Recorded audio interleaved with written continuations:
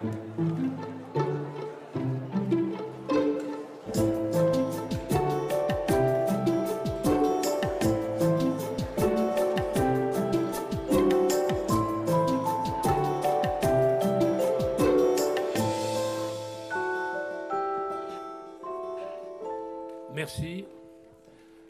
Ce matin, nous nous sommes réunis dans la crypte de ce mémorial pour commémorer l'anniversaire de la triste rafle des Juifs de Tunis par les SS.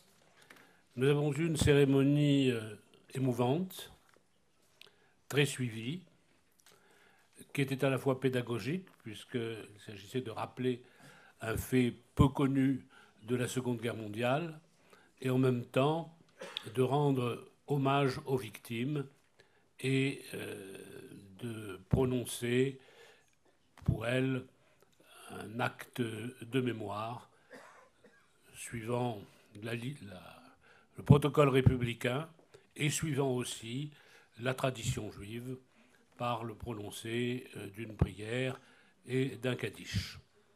Nous avons été honorés de la présence d'un certain nombre de personnalités que je remercie.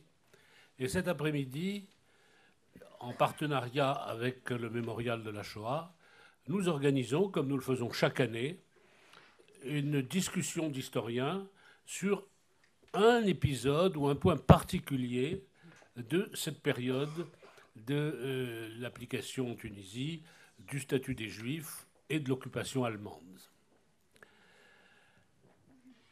Je précise, c'est un point d'ordre, que chaque intervenant disposera de 20 minutes et qu'ensuite nous donnons la parole à la salle pour des questions éventuelles et une petite discussion avec les intervenants. Mais nous devrons impérativement libérer cette salle à 14h, à 16h, 16h05, car il y a ensuite une deuxième après-midi, une deuxième table ronde consacrée aux Juifs d'Algérie. Même si certains y participent, ce n'est pas tout à fait la même chose, ni les mêmes phénomènes, puisque la Tunisie a été le seul des 3 pays d'Afrique du Nord à être occupé par les forces de l'Axe. Je rappelle, parce qu'il y a eu un certain nombre d'erreurs, que les personnes, que comme nous organisons cette table ronde en partenariat avec le mémorial, il y a eu 2 sources d'inscription.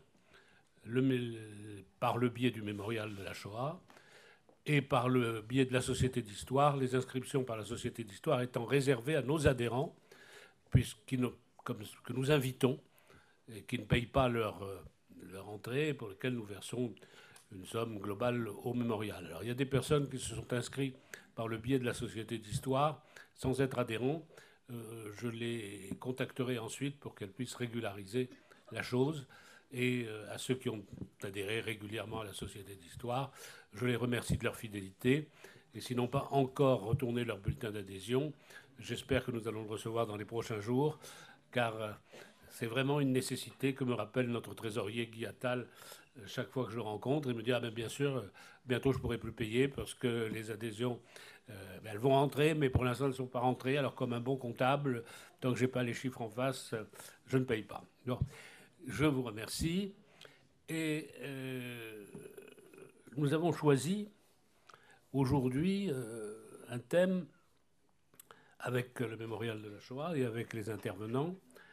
Les Juifs de Tunisie, durant la Seconde Guerre mondiale, s'engager, résister, combattre. Donc des thèmes que nous n'avons pas abordés jusqu'à présent lors des précédentes tables rondes. D'abord, nous allons essayer de répondre à la question quelle perception les Juifs de Tunisie avaient des fascismes, du nazisme, au moment où commence la Seconde Guerre mondiale et surtout au moment où a lieu l'occupation de la Tunisie par les forces de l'Axe. Est-ce que pour eux, il s'agissait toujours du méchant prussien que l'on retrouvait dans les livres d'histoire tels que les diffusait l'Alliance israélite, ou bien était-ce tout à fait autre chose, une autre idéologie et d'autres risques Donc c'est une question à laquelle Jérémy essayera de répondre avec votre aide à tous, Jérémy Gage, qui est à mes côtés. Ensuite, s'engager, combattre. Quel a été le rôle des Juifs dans l'armée française, dans les armées alliées d'une façon générale, pendant cette période.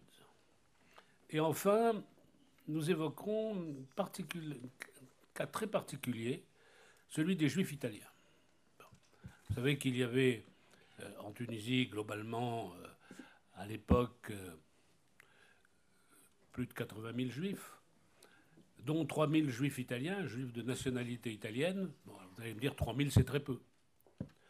Oui, mais c'était des gens qui avaient une certaine importance au sein de la communauté par leurs fonctions, par leurs activités économiques. Et puis, ils se sont trouvés confrontés à, d'une part, le fascisme italien, d'autre part, l'occupation de la Tunisie, les nazis ne faisant pas de distinction entre les Juifs italiens et les autres Juifs. Et puis ensuite, ils se sont retrouvés sujets ennemis, parce qu'ils avaient la nationalité italienne.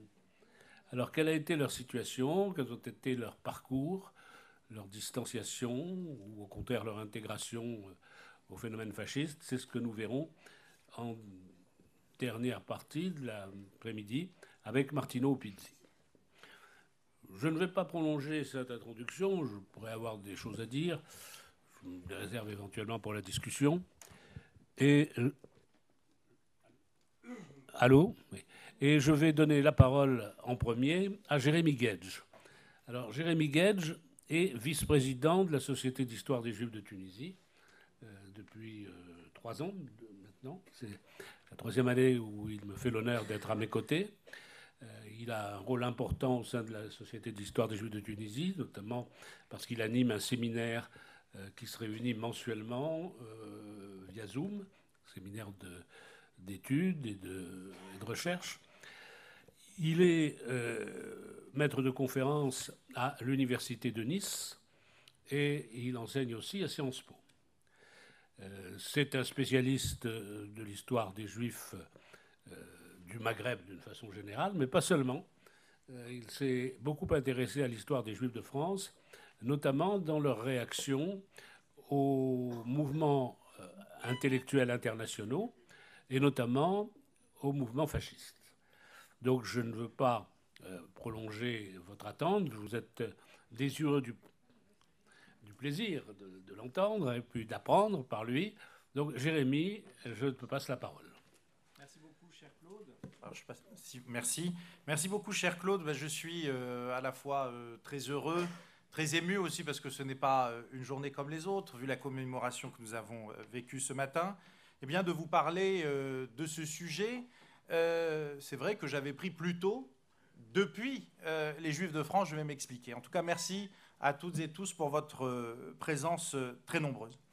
Alors, je commencerai en disant que l'histoire des Juifs de Tunisie s'est efforcée, et je crois que la SHJT y a aussi contribué, de varier ses objets et de suivre, comme elle le peut, les grandes tendances de l'historiographie, notamment en se désenclavant. Alors je dirais qu'à maints égards, retracer la confrontation, j'insiste sur ce terme, j'y reviendrai, la confrontation puis l'engagement des Juifs de Tunisie face au fascisme, au pluriel, donc dans un sens générique ici, eh bien, il me semble que c'est une traduction, une application de cette tentative de désenclavement et d'ouverture de l'histoire des Juifs de Tunisie. Alors c'est une histoire qui s'inscrit dans des champs désormais bien balisés, bien connus, ou en renouvellement. Je citerai très rapidement l'histoire des projections fascistes et nazies en Afrique du Nord, depuis le travail pionnier de Juliette Bessis et depuis la thèse magistrale de Chantal Metzger, jusqu'à des travaux plus récents sur les Juifs d'Afrique du Nord face à l'Allemagne nazie. Je pense notamment au livre dirigé par Dan Mishman et Chaim Sadoun. Et puis je dirais que cette histoire des Juifs de Tunisie face au fascisme s'inscrit aussi par un de ses aspects, mais un de ses aspects majeurs, dans ce qu'on appelle aujourd'hui, et depuis déjà quelque temps, l'histoire des réponses à l'antisémitisme. mais évoquer l'histoire des Juifs de Tunisie face au fascisme dans les années 30 et en réalité depuis les années 20, puisqu'il s'agira aussi du fascisme italien, je crois que ça nous replonge aussi dans des questions fondamentales, élémentaires de cette histoire des Juifs de Tunisie. Le rapport à la France, la complexité des appartenances, le souhait peut-être, sinon de trouver sa place, au moins de comprendre sa place dans un pays aux identités multiples et aux souverainetés imbriquées, si bien que fascisme italien et nazisme, finalement, n'apparaissent pas comme des sujets complètement extérieurs. Le premier sujet du fascisme italien concerne, par la présence déjà de juifs italiens en Tunisie, mais aussi par les revendications de l'Italie fasciste sur la Tunisie, concerne ces juifs au premier chef, italiens ou non.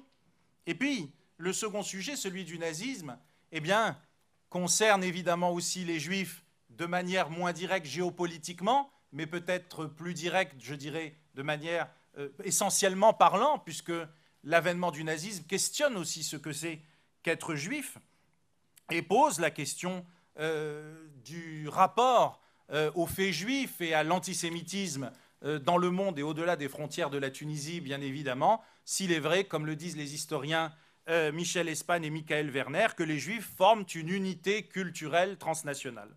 Alors je présenterai aujourd'hui un panorama très général, évidemment je ne prétends pas épuiser le sujet, et ce n'est pas une clause de style. J'aborderai essentiellement les juifs tunisiens et français de Tunisie, parce que déjà il y aura le travail de Martino tout à l'heure, et puis surtout parce qu'il y a le livre aussi de Martino Pizzi, qui est un livre de référence, et puis parce qu'il me semble que ce n'est pas tout à fait la même question que celle du rapport des juifs italiens au fascisme, qui est une question là qui les concerne directement, alors que nous avons une histoire de représentation un petit peu plus lointaine, un petit peu plus distante pour les juifs français et les juifs tunisiens. C'est une configuration un petit peu plus récente. Et puis j'essaierai rapidement, bien sûr, aussi de faire quelques comparaisons avec la manière dont les juifs de métropole ont vécu ces questions pour voir s'il y avait une spécificité. C'est une question très classique, mais c'est à cette question-là que je vais me cantonner aujourd'hui. Alors je vais m'y cantonner en 3 points, bien sûr. D'abord en revenant rapidement sur les années 20 et les premières perceptions du fascisme italien. Ensuite, dans un deuxième temps, je parlerai des juifs de Tunisie à l'heure du nazisme. Et puis je verrai dans un dernier point quelle a été leur action au-delà de la simple perception. Alors dans mon premier point, je vous disais tout à l'heure que j'avais intitulé ça « Les confrontations ». En fait, c'est un terme que je reprends à une excellente série d'ouvrages coordonnés par les historiens Olivier Dahr, Michel Grunewald et Uwe Puchner, qui s'appelle « Les confrontations au national-socialisme ». C'est un ensemble d'ouvrages qui concerne l'Allemagne. Et le terme de confrontation me semble intéressant parce que ça va de l'image à l'action, de la compréhension à peut-être compréhension, je dirais, intellectuelle, à une confrontation plus directe, plus physique. C'est comme cela que je prendrai le sujet. En commençant d'abord par un rapide détour, en me demandant comment les Juifs de métropole, déjà, ont vécu, ont compris, ou pas, je ne sais pas, ce qu'était le fascisme italien. Alors les Juifs de métropole, les Juifs français, étaient, vous le savez, d'ardents républicains et, à part, je dirais, dans la gauche avancée, ils n'ont pas toujours rejeté, je n'ai pas dit qu'ils l'avaient apprécié, mais ils n'ont pas toujours rejeté, comme on aurait pu le penser, l'Italie fasciste. Pour des raisons culturelles d'abord, parce que l'Italie, ce n'était pas un pays comme les autres, c'était la sœur latine, vous savez, on parle beaucoup de latinité intellectuelle et culturelle, alors évidemment, c'est dans les milieux cultivés qu'on déploie ces grandes images, mais elles existent.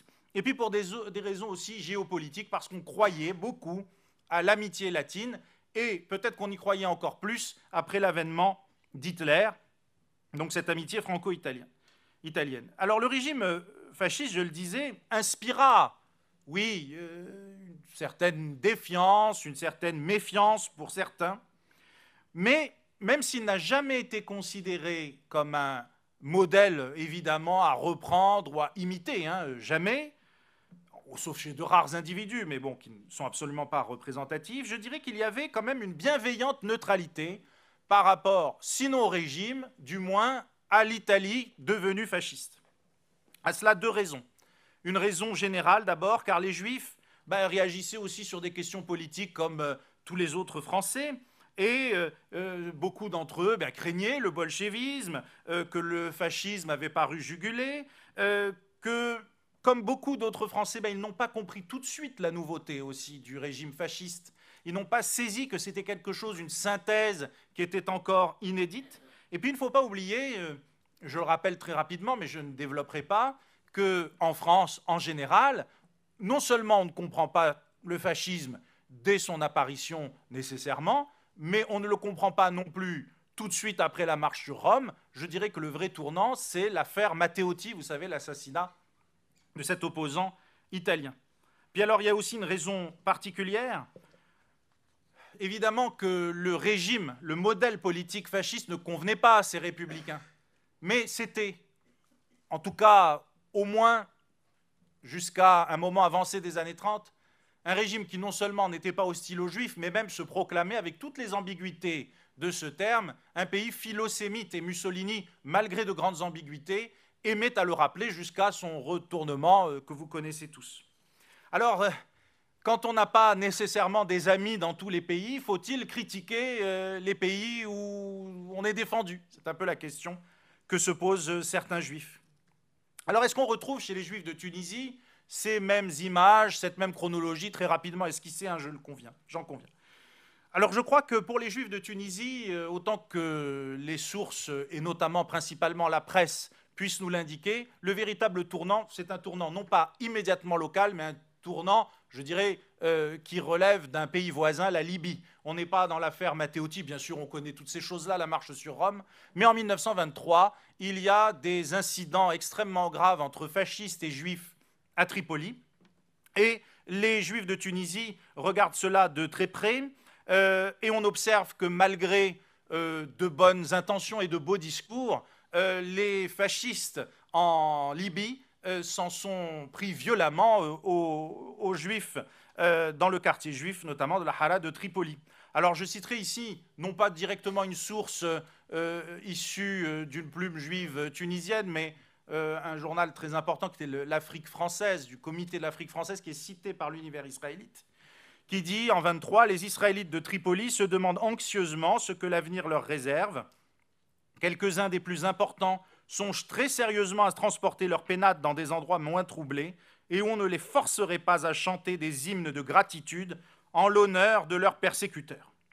Alors parmi les Juifs de Tunisie, il me semble que cette bienveillance que j'évoquais à propos de l'Italie par les Juifs de métropole ne se retrouve pas en ces termes. Je citerai ici, alors certes ce sont des souvenirs, mais on peut considérer qu'ils sont assez fidèles à un sentiment certes rétrospectif, mais qui a sans doute été éprouvé, d'ailleurs dans des mémoires publiées à Nice, du militant socialiste bien connu Élie Cohen-Adria, qui dit la chose suivante: comment imaginer que si la France quittait la Tunisie, ce pays ne sombrerait pas dans l'anarchie pour devenir très vite la proie d'une autre puissance colonisatrice, et plus particulièrement de l'Italie fasciste.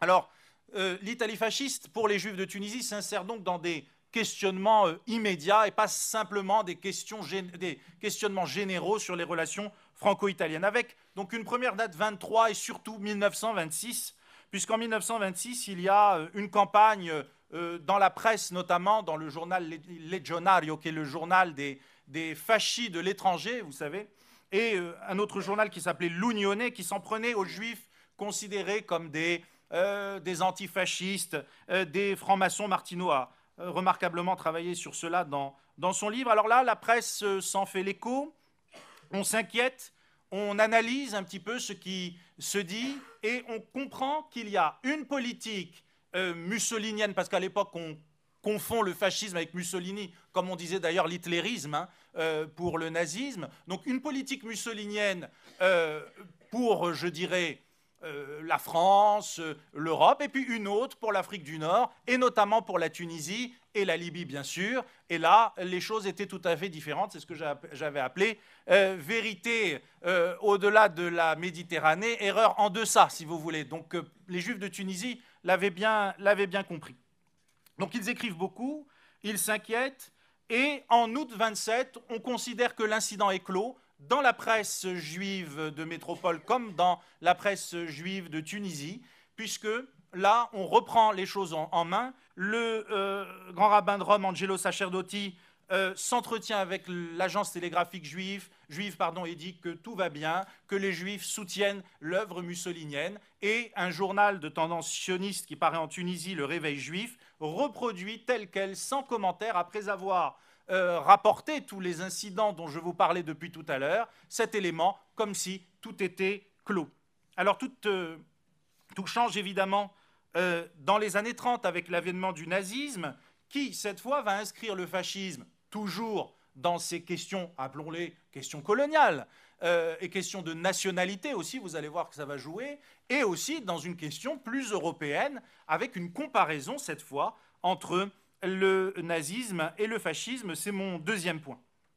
Alors les Juifs de Tunisie, je le disais comme ceux de métropole, se sont intéressés très tôt au nazisme. Et là, je renvoie à la thèse récente de Marianne Guez, qui va parler tout à l'heure, et elle a des chapitres extrêmement importants. Je vais essayer de ne pas les répéter, parce que je vous invite vraiment à aller lire le livre qui a été tiré de cette thèse, où elle revient sur un certain nombre d'éléments, dont je vais essayer de vous donner quelques aspects généraux.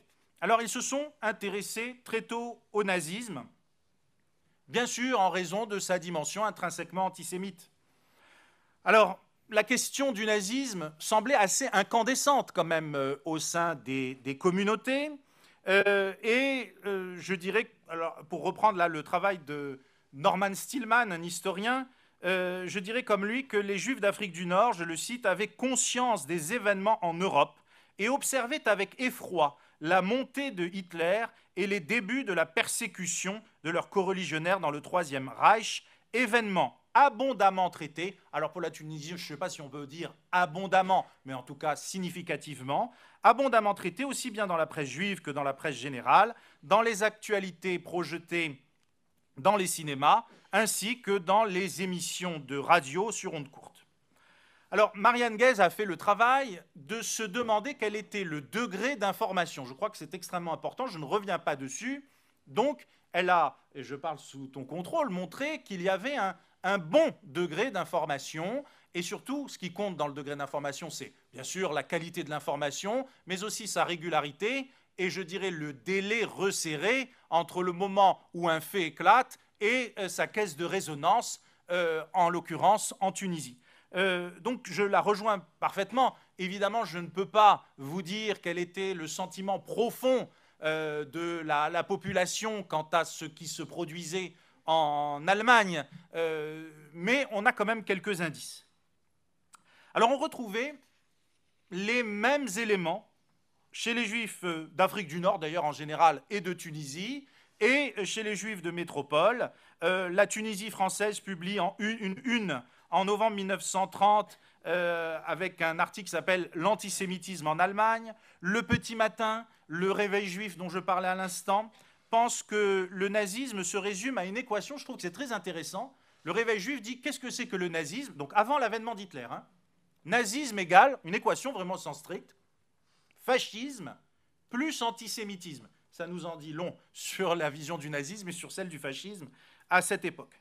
Mais il est écrit très rapidement, en 1933, l'ère des pogroms a commencé en Allemagne.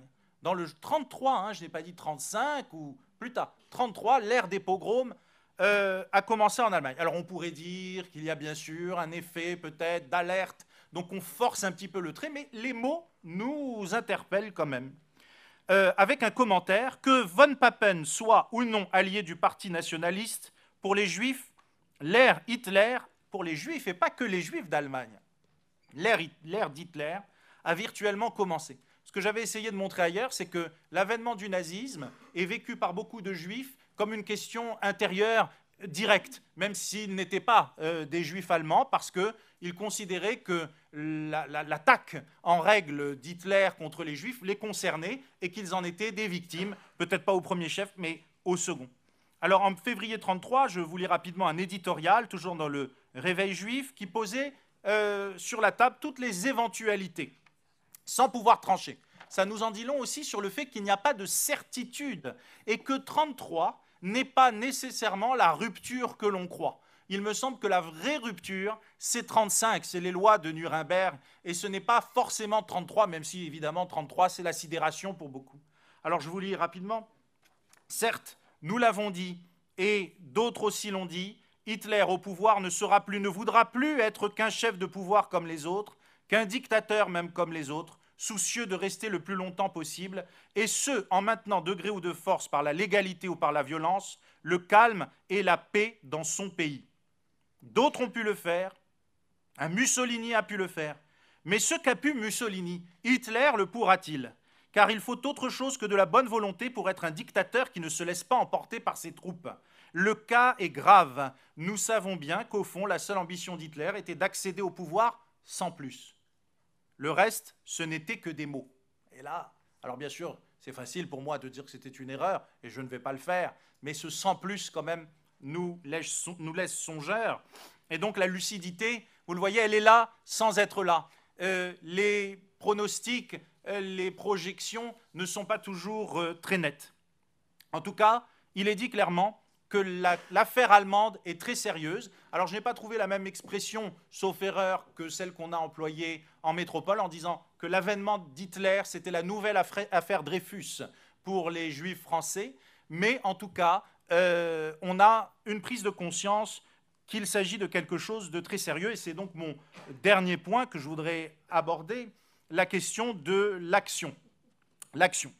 Alors, vous savez qu'il y a eu une culpabilité, voire une culpabilisation de beaucoup de juifs concernant ce qui s'est passé face à l'Allemagne. On les a accusés de ne pas avoir compris, de ne pas avoir agi. Alors, très rapidement, à Tunis, on agit à une échelle mesurée, modérée, bien sûr, mais on agit. On organise des manifestations.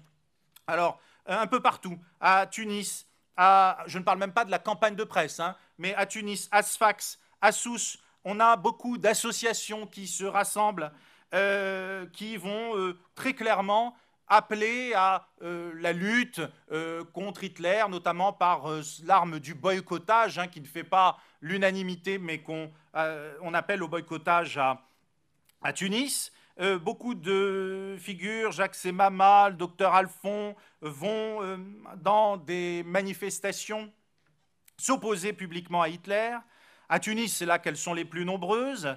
Je signalerai ici les associations juives, évidemment, mais surtout les associations d'anciens combattants, même si, le 27 mars 1933, le directeur de la Sûreté publique donne des ordres visant, je le cite, à réprimer avec fermeté ces manifestations et disperser tout cortège ou rassemblement qui parviendrait à se former.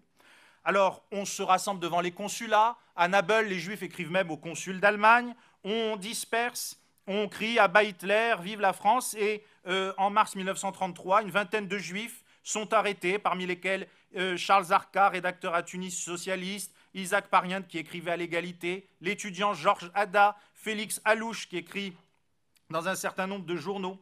Et au même moment, le grand rabbin Yosef Guez, qui devait prendre la parole à la synagogue de la rue de la Loire, ne pouvait pas accueillir tous les participants et doit le faire un petit peu plus loin. Il y a même un jeune public qui est lancé, et on invite les magasins juifs à tirer leurs rideaux, à abaisser leurs rideaux en signe de protestation. Alors, il y a eu quelques réfugiés aussi allemands qui sont arrivés en Tunisie. Des comités de soutien se sont formés, mais certains, très peu, mais ils ont été expulsés dans les années 30, ce qui a provoqué un émoi important de la communauté juive qui intervient sans succès, mais on n'est pas étonné, auprès du résident général Marcel Pérouton, et même le deuxième du nom, Ahmed Bey, va intervenir en disant que le renvoi, l'expulsion de ces juifs est contraire aux traditions d'hospitalité de l'islam. Alors de plus en plus, on va lier cette question à celle de l'Italie, et j'arrive bientôt à la fin, avec notamment la question de l'irrédentisme qui se pose de plus en plus. Et là, c'est la LICA, hein, la Ligue internationale contre l'antisémitisme, qui va jouer un très grand rôle. La LICA qui a un comité local au milieu des années 30, à partir du milieu des années 30 à Tunis, avec Paul Guèze, Maurice Uzan, mais aussi Albert Bouzanquet, qui était rédacteur en chef de la Tunisie ouvrière, qui est le chef de la section locale de la LICA. Dans Le Droit de vivre, le journal de la LICA, Marcel Gozlan de la Chambre de commerce de Tunis dit qu'en privant la colonie italienne de Tunisie d'une bonne partie d'éléments de qualité, la France pourrait, en leur donnant la nationalité française, affaiblir l'Italie fasciste. Bernard Lecache, qui dirige la LICA, fait plusieurs tournées en Afrique du Nord et vient en Tunisie en 1936 et en 1937.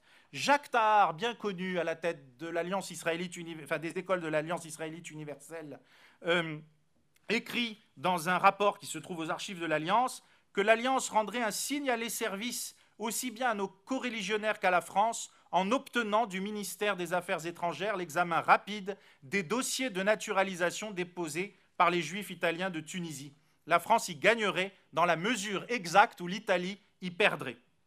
Donc on a ici, vous voyez, beaucoup, je dirais, une connexion des préoccupations qui jouent, surtout que, eh bien, il y a la question aussi des relations judéo-musulmanes qui s'invitent dans tout cela. Je citerai ici Serge Moati dans un article du 7 janvier 1939 du Droit de vivre qui s'appelle « En Tunisie, l'Italie se croit déjà chez elle ». Serge Moati dit « Alors que juifs et musulmans vivent en Tunisie étroitement, fraternellement unis, cette presse fasciste exploite quotidiennement et tendancieusement les douloureux événements de Palestine. » Mais vous savez que c'est aussi l'époque où Mussolini se fait le défenseur de l'islam et cette question, évidemment, joue aussi.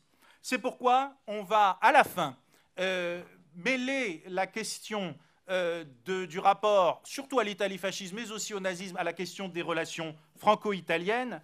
Et quand Daladier vient en Tunisie en janvier 1939, on pense que voilà, les choses vont dans le bon sens. Et Le Droit de vivre, sous la plume de Maurice Uzan, peut dire « Tunis, c'est la France. Mussolini a perdu la partie. » Nous connaissons la suite. Et comme j'arrive ici vers la fin de mon propos, à la fin de mon propos, je terminerai par une petite pirouette, j'espère que vous ne m'en voudrez pas, en disant, j'avais commencé en parlant de désenclavement, vous savez que maintenant on parle beaucoup d'histoire mondiale 2, etc. Ben, si on faisait une histoire mondiale des Juifs, je crois que les Juifs de Tunisie, en tant qu'observateurs dans un contexte à la fois général et particulier, seraient des acteurs et des éléments à regarder de très près. Je vous remercie.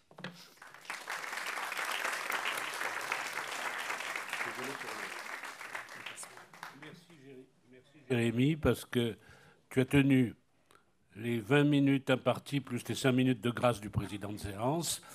Et donc, parfait. Et puis, tu nous as appris bien des choses. Je pense que dans les discussions, nous y reviendrons. Alors, je dois maintenant vous présenter Marianne Guèze, qui est la deuxième intervenante. Vous allez me forcer à faire des confidences. Un soir, j'ai rencontré Marianne.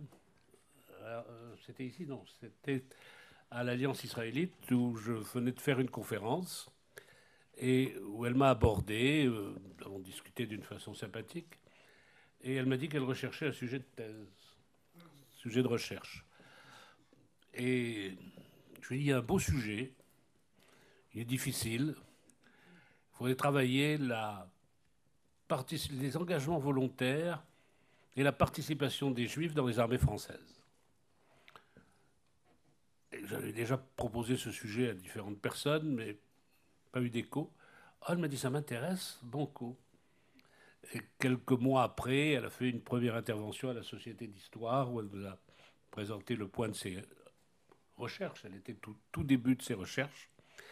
Et j'ai suivi ses travaux, d'abord sur les engagés volontaires de la guerre de 14-18, qui était le thème de son mémoire de master. Et puis ensuite, elle a fait un travail d'ensemble sur la présence des Juifs de Tunisie dans les armées françaises. non seulement durant la guerre de 14, mais au-delà, puisqu'elle est allée, malgré les quelques réserves que j'avais exprimées, jusqu'à la fin de la Seconde Guerre mondiale. Alors Marianne Guèze est agrégée d'histoire. Elle enseigne également à la Sorbonne. Elle a soutenu sa thèse sur le sujet que je viens de vous décrire. On en a publié un livre il y a quelques mois à peu près, septembre, oui, c'est un livre qui est tout frais. Je vous conseille très vivement de l'acheter, parce que c'est un livre qui se conserve dans les bibliothèques pour ceux qui s'intéressent à l'histoire des Juifs de Tunisie. Et c'est un travail que d'autres ont qualifié de brillant, et je ne peux dire que la même chose.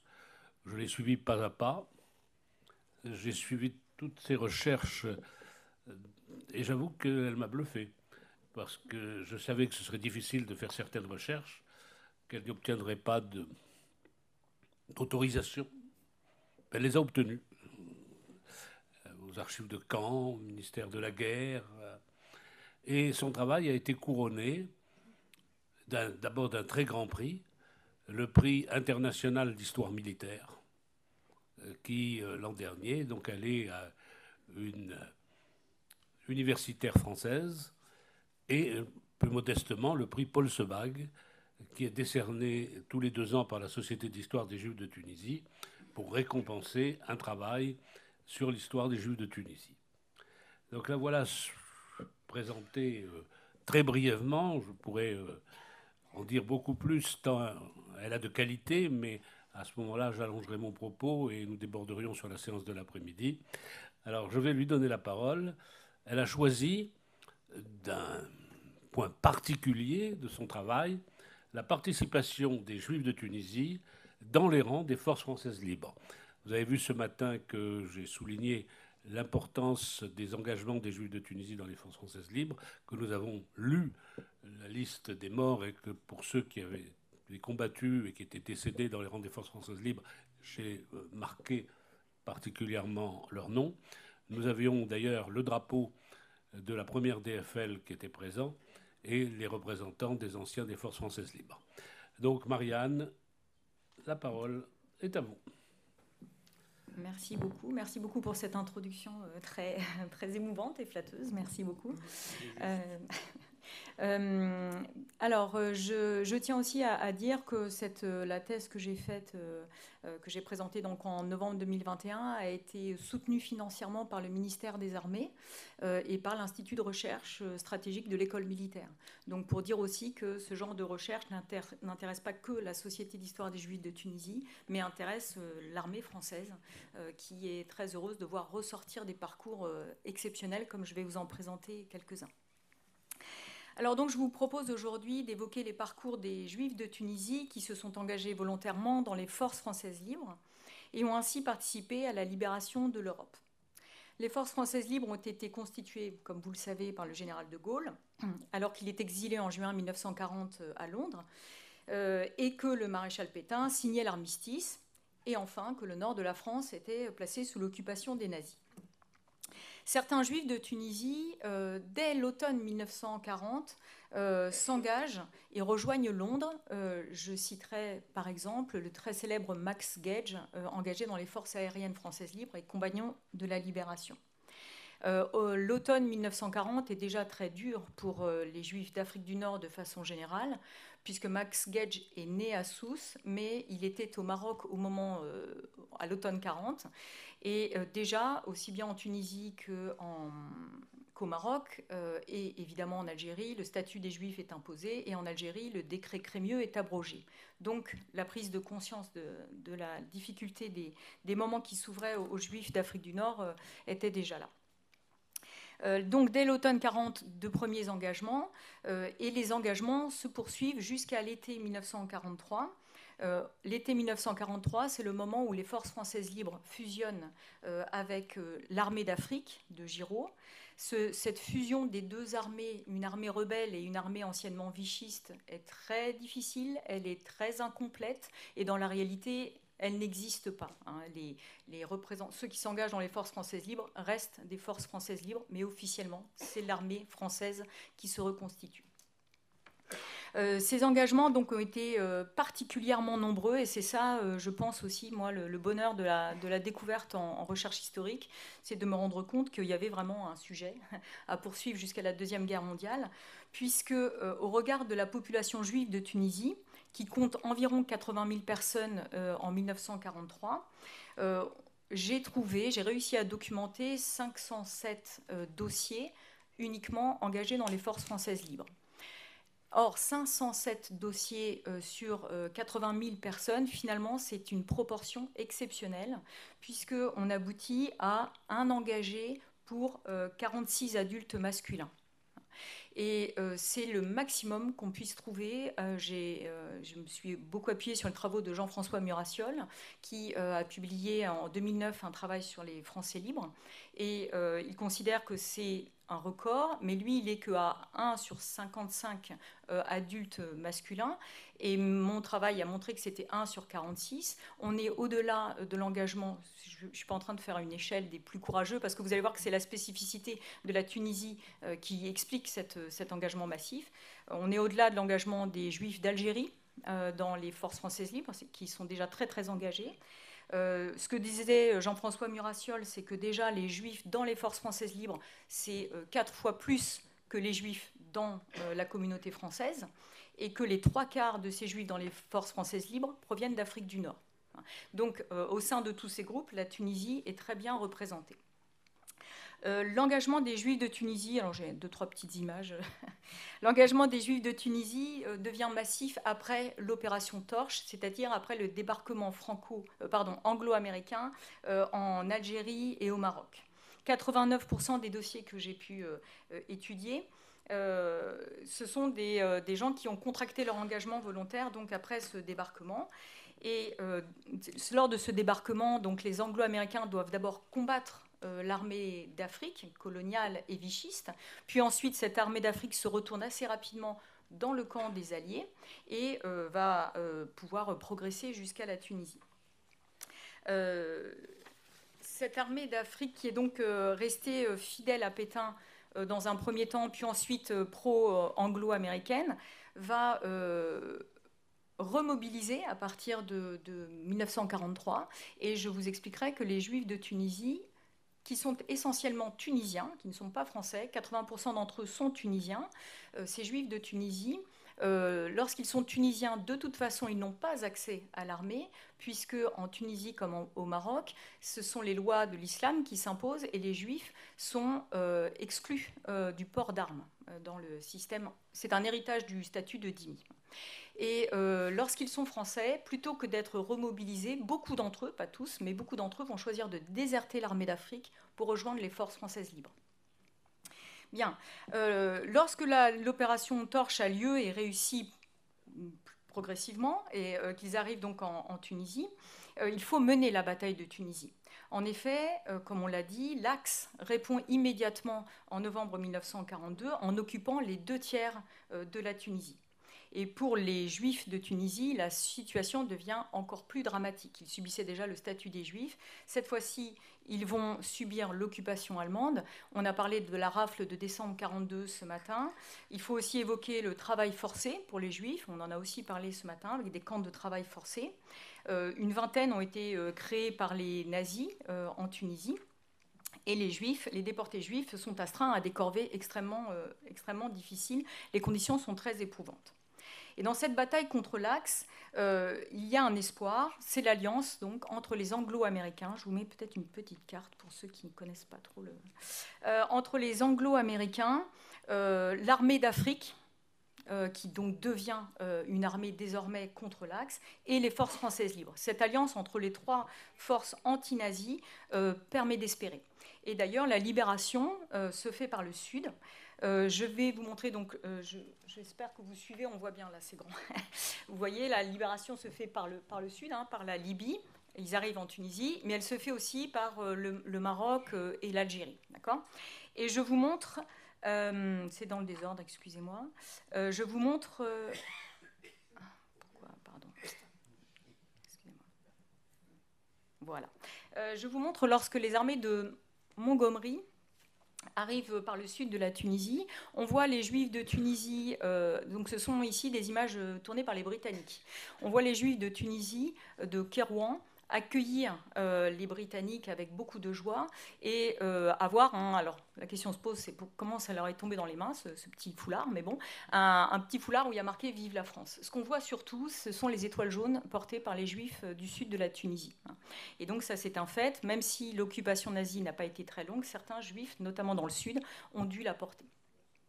Bien, donc voilà quelle est l'ambiance qui fait de la situation de la Tunisie une situation très spécifique. Voilà. Donc, oui, voilà, excusez-moi. Les forces françaises libres, elles, arrivent par... Les forces françaises libres, voilà, arrivent par les sables de la Libye et elles vont recruter au fur et à mesure où elles libèrent les villes du sud de la Tunisie. Recruter les volontaires juifs tunisiens et éventuellement aller chercher les juifs tunisiens qui sont engagés, enfin qui sont remobilisés dans l'armée d'Afrique. Ce sont des racolages. Bien. En fait, ce qui se passe, c'est que lorsque donc, cette bataille de la Tunisie qui dure 6 mois est remportée par, d'une part, les Anglo-Américains, d'autre part, par les forces françaises libres et l'armée d'Afrique, les Juifs de Tunisie, lorsque Tunis est libérée en mai 1943, auraient très bien pu se dire « c'est bon, la Tunisie est libérée, on reste tranquille, on profite de la liberté, on participe à la reconstruction du pays ». Ceux qui, éventuellement, sont remobilisés risquent de partir, certes. Mais pour la majorité, donc les Juifs tunisiens, on n'avait pas voulu les mettre dans l'armée jusqu'ici, malgré les demandes répétées des représentants de la communauté juive qui, depuis 1914 d'ailleurs, demandent la mobilisation des Juifs tunisiens dans l'armée française. À chaque fois qu'il y a des menaces, ils ne cessent de répéter mobiliser tous les Juifs, qu'ils soient français ou tunisiens. Malgré toutes ces demandes, pas de mobilisation qui est prévue pour les Juifs tunisiens. Donc ils auraient très bien pu se dire, on ne veut pas nous mobiliser, nous restons tranquilles, en reconstruction de la Tunisie désormais libérée. Et pour autant, comme je vous le disais, donc, il y a plus de 500 jeunes hommes en général, quand je dis en général, c'est-à-dire que la plupart sont jeunes, autour de 20 ans, qui décident de rejoindre les forces françaises libres.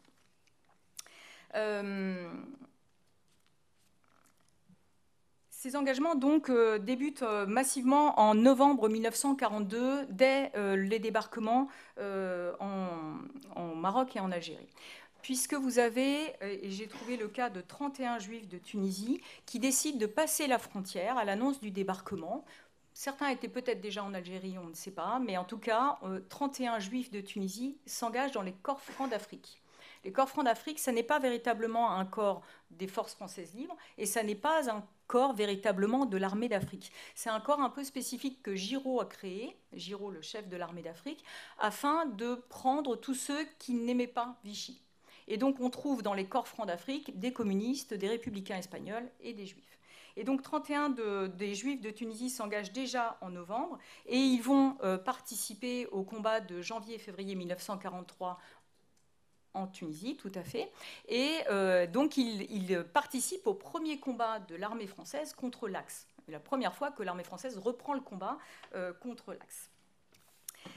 Ensuite, une fois que ces hommes sont en Tunisie, ils vont retrouver les forces françaises libres et la plupart de ceux qui sont dans les corps francs d'Afrique rejoignent la première division française libre ou la deuxième division française libre, celle qu'on va appeler la 2e DB.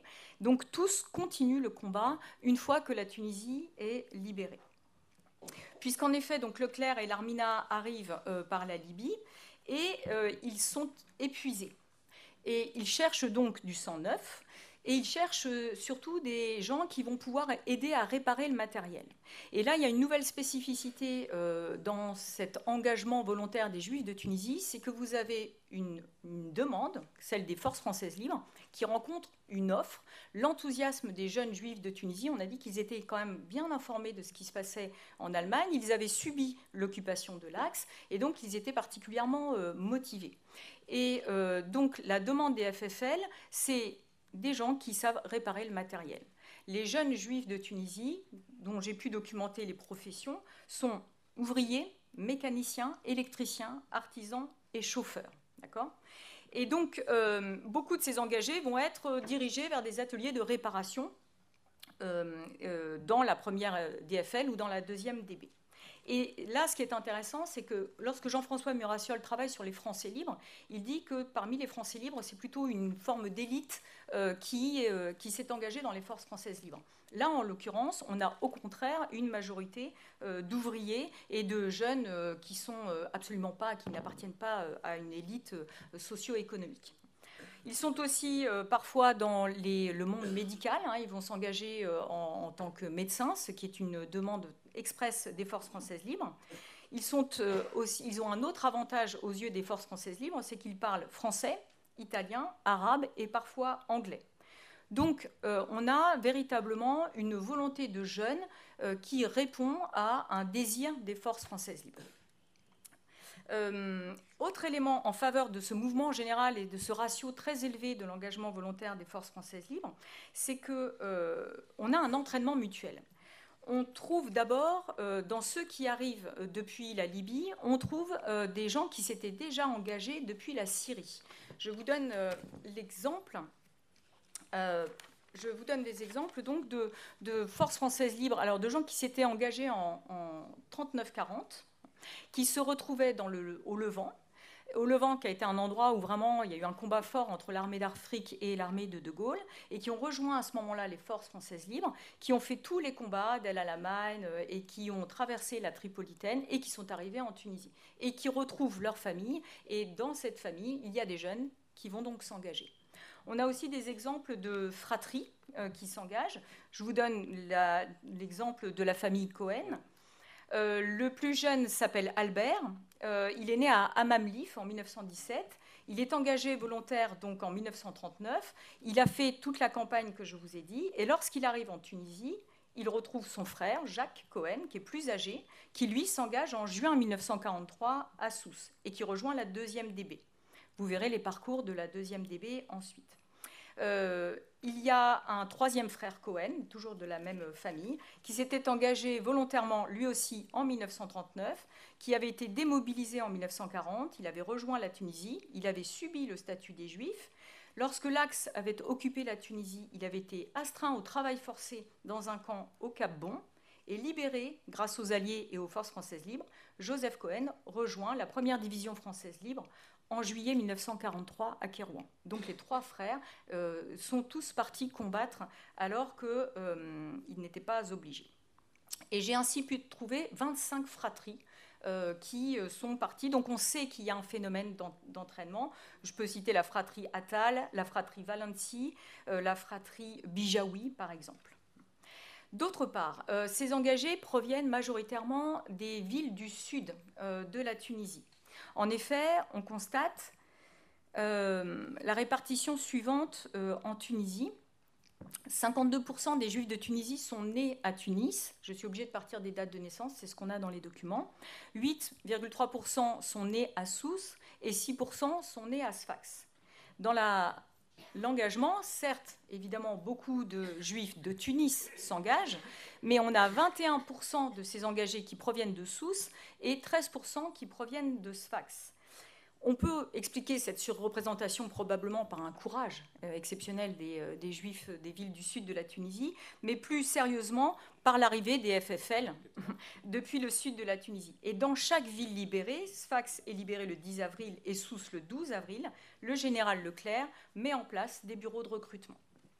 Enfin, le fait que la moyenne d'âge de ces engagés volontaires tourne autour de 25 ans avec une forte proportion de 18-20 ans et qu'ils proviennent de petites villes comme celles de Sousse, Sfax ou Gabès qui ne comptent que 6 000 juifs, En fait, il doit y avoir un bouche à oreille, très probablement, puisqu'ils viennent tous des mêmes écoles, peut-être ils étaient dans les mêmes clubs de sport, vous aviez des clubs de gymnastique comme la Maccabi qui faisaient de l'entraînement militaire, même si les juifs tunisiens n'étaient pas astreints au service militaire. Et donc, on a certainement ce phénomène d'engagement qui explique la vague que je vous ai décrite au départ. Encore un élément, ces hommes ne sont pas, en tout cas pour certains d'entre eux, ils sont déjà aguerris. Et ce qui a sans doute beaucoup plu au FFL, puisqu'ils avaient pour une partie déjà combattu en 39-40, c'est le cas pour 88 d'entre eux.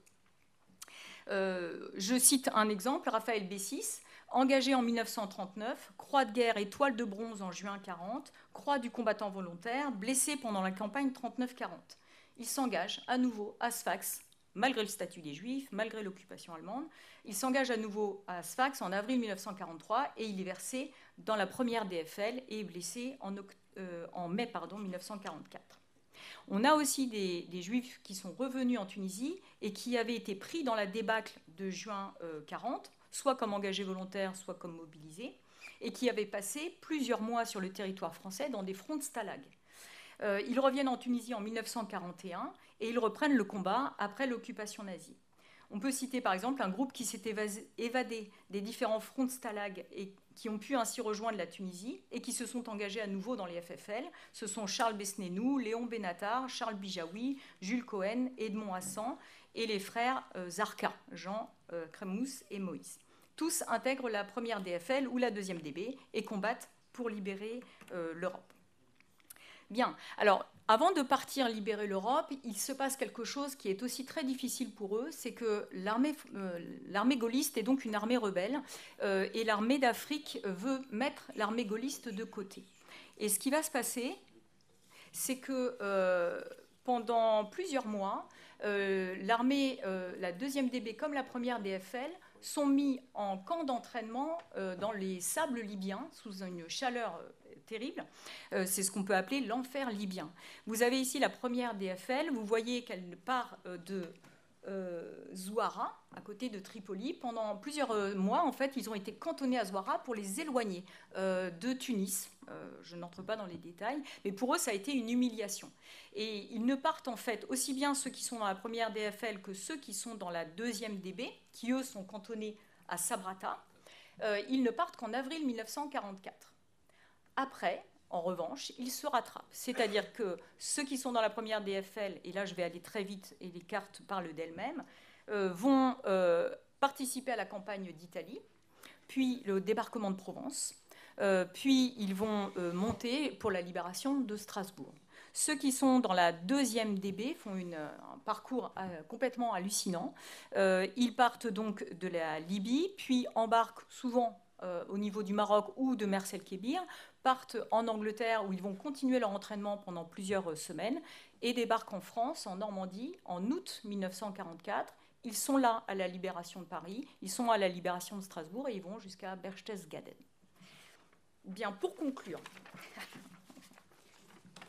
je tourne des pages que j'ai déjà dit, mais pour conclure, je vais y arriver. Je voulais récapituler. Après avoir subi la violence et la trahison du statut des Juifs, et dès que la nouvelle du débarquement en Afrique du Nord parvient aux Juifs de Tunisie, une vague d'engagement commence. Elle enfle au fur et à mesure des recrutements organisés par la première DFL et la deuxième DB, arrivés par le sud du pays.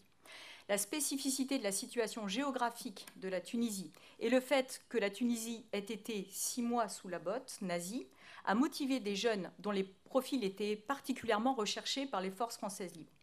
Combattre pour la France, malgré tout, et surtout combattre contre le fascisme et le nazisme était leur motivation première. Nous avons vu donc quelques-uns de ces parcours exceptionnels, pourtant très peu ont raconté leur histoire. En 1945, lorsqu'ils sont de retour dans une Tunisie libérée depuis déjà 2 ans, ils sont souvent en décalage avec la société tunisienne. L'historien Jean-François Murassiol souligne le fait que les FFL, de façon générale, se sont peu racontés, et ce qui se confirme encore plus dans un monde colonisé. De plus, une autre histoire commence pour la Tunisie, c'est celle de la décolonisation, et le départ des Juifs de Tunisie ne laisse sans doute pas le temps de mettre en commun une mémoire de ces combats. Pour les Juifs de Tunisie, de nouveaux défis s'annoncent, s'intégrer dans un nouvel espace, la France, Israël ou l'Amérique du Nord. Je vous remercie.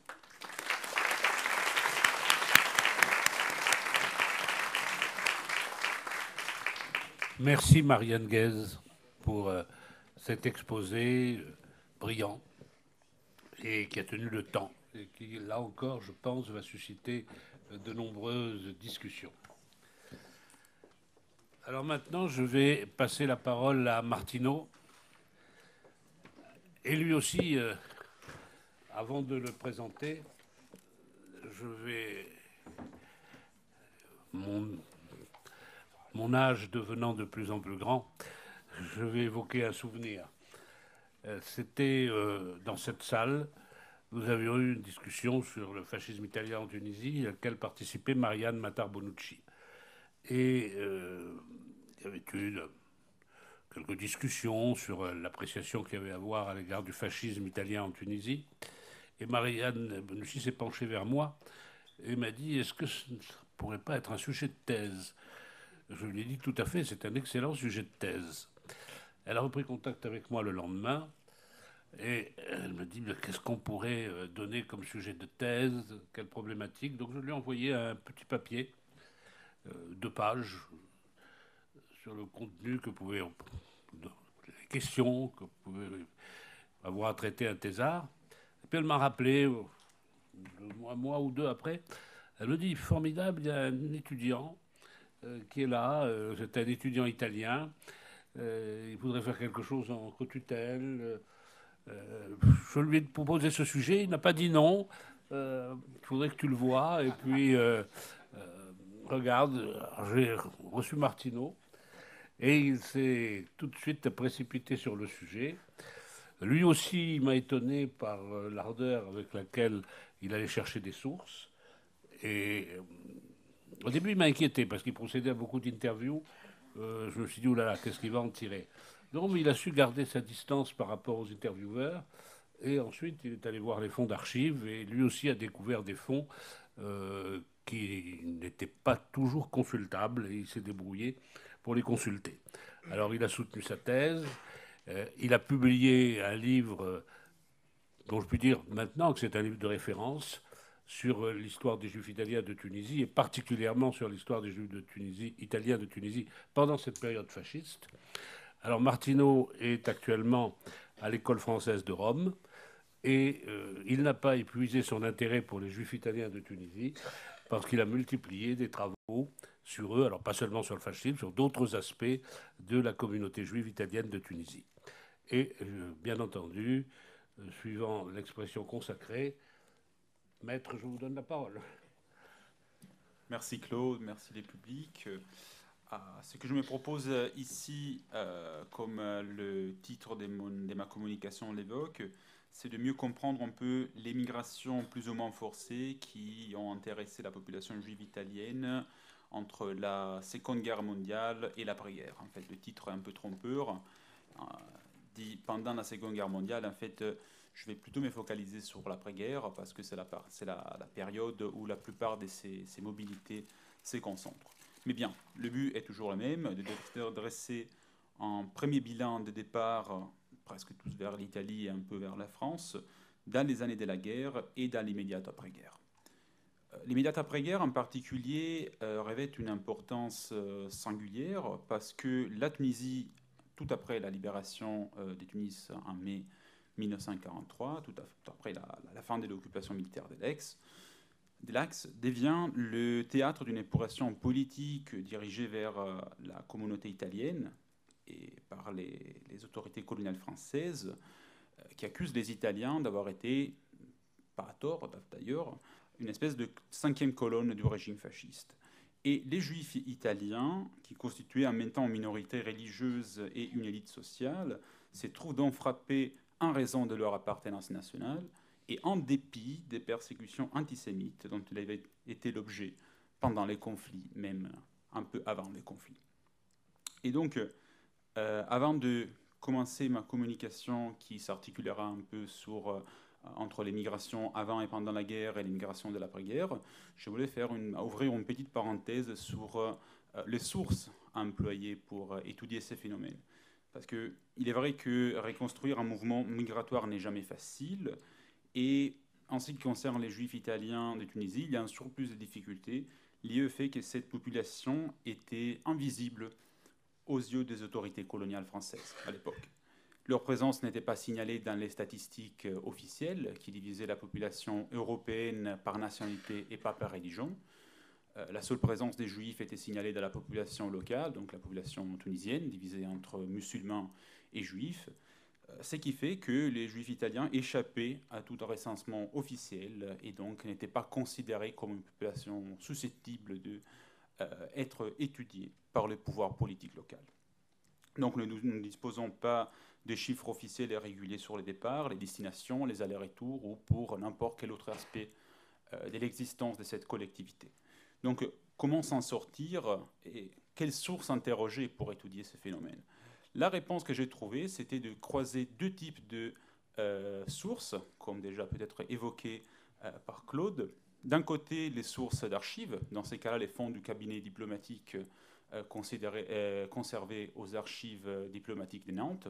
Ce sont des dossiers individuels produits dans l'immédiate après-guerre par les autorités françaises, qui compose un fonds de 260 cartons environ et 10 000, grosso modo, dossiers individuels d'Italiens, où j'ai trié effectivement les dossiers concernant des Juifs de nationalité italienne.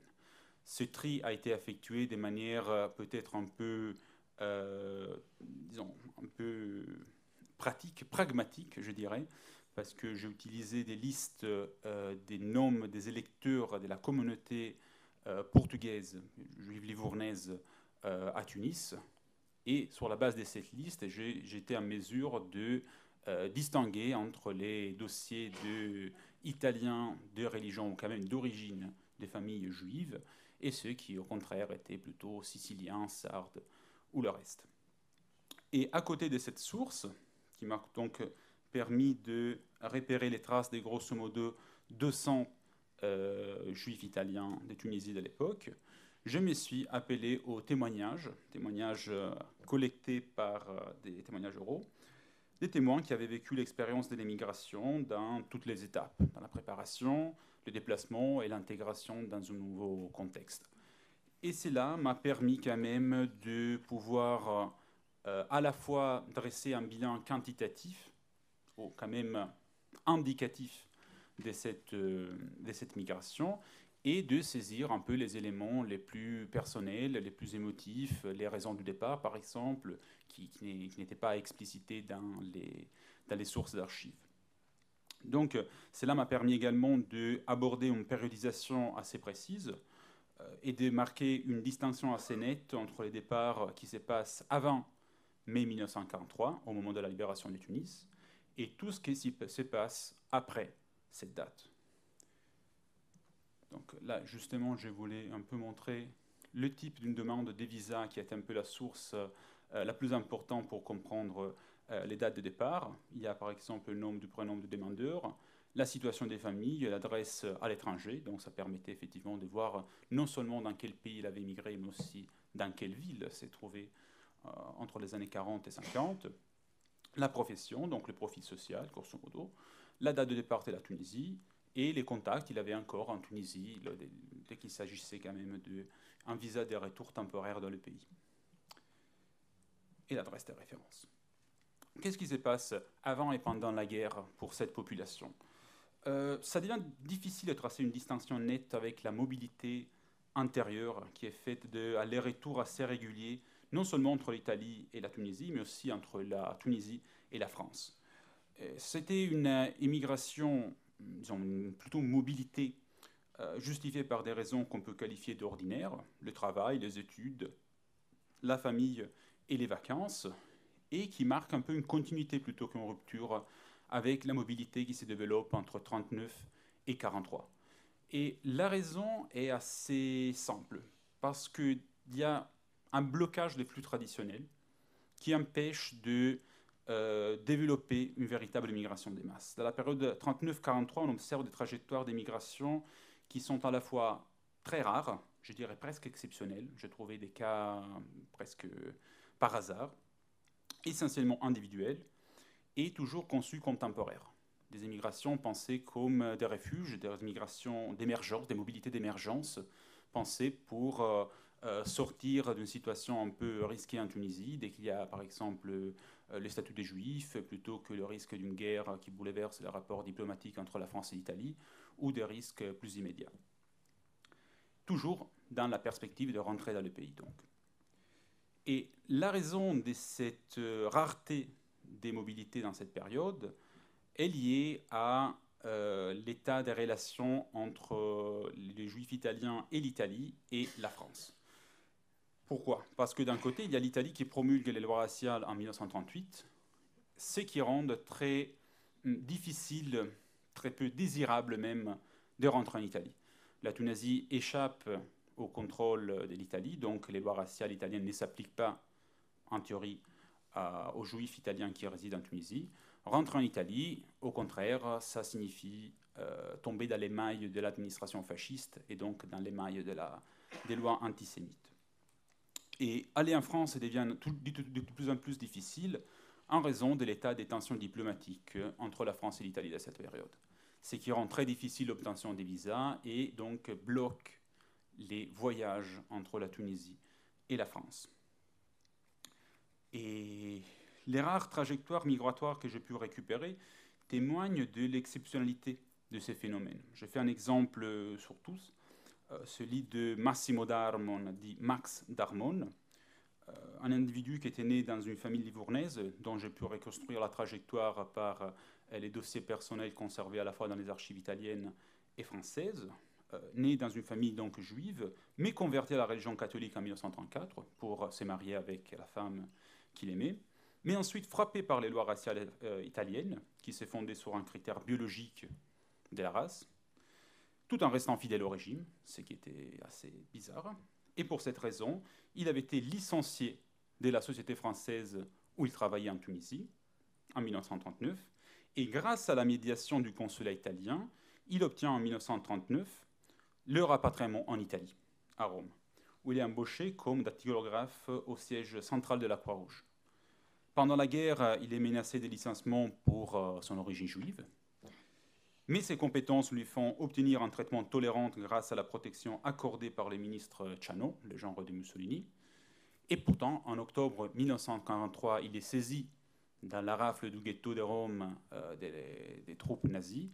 Il est envoyé à Auschwitz et il est assassiné. Donc une trajectoire tragique, mais qui témoigne dans son exceptionnalité que ce type de mobilité était très très rare. Ce qui change à partir de mai 1943. Les trajectoires après cette date revêtent un caractère différent. Elles s'inscrivent, comme je l'avais déjà évoqué, dans l'effort de démantèlement de la communauté italienne poursuivi par les autorités coloniales françaises, qui donc développent une politique d'internement de ces idées bien et d'expulsion des éléments italiens jugés comme dangereux pour l'influence française dans le pays. Et l'émigration des Juifs italiens s'inscrit dans ces contextes et présente des aspects assez nouveaux. Il s'agit déjà d'une mobilité forcée, imposée par les politiques pouvoirs locaux ou par des nécessités matérielles. C'est une mobilité qui se façon par des départs collectifs et par des départs individuels comme auparavant. Et c'est une émigration qui se développe de manière un peu improvisée. C'est une immigration qui arrive souvent à la suite d'un décret d'expulsion et donc qui laisse très peu de temps à l'individu pour la préparer. Il n'a pas le temps de choisir la destination, il n'a pas un plan d'installation de la société d'accueil. Bref, il s'agit d'un véritable saut dans le vide. Donc, grosso modo, le contexte en Tunisie est le suivant. À partir de 30 novembre 1945, commencent les premières expulsions collectives d'Italiens, où les Juifs italiens sont impliqués.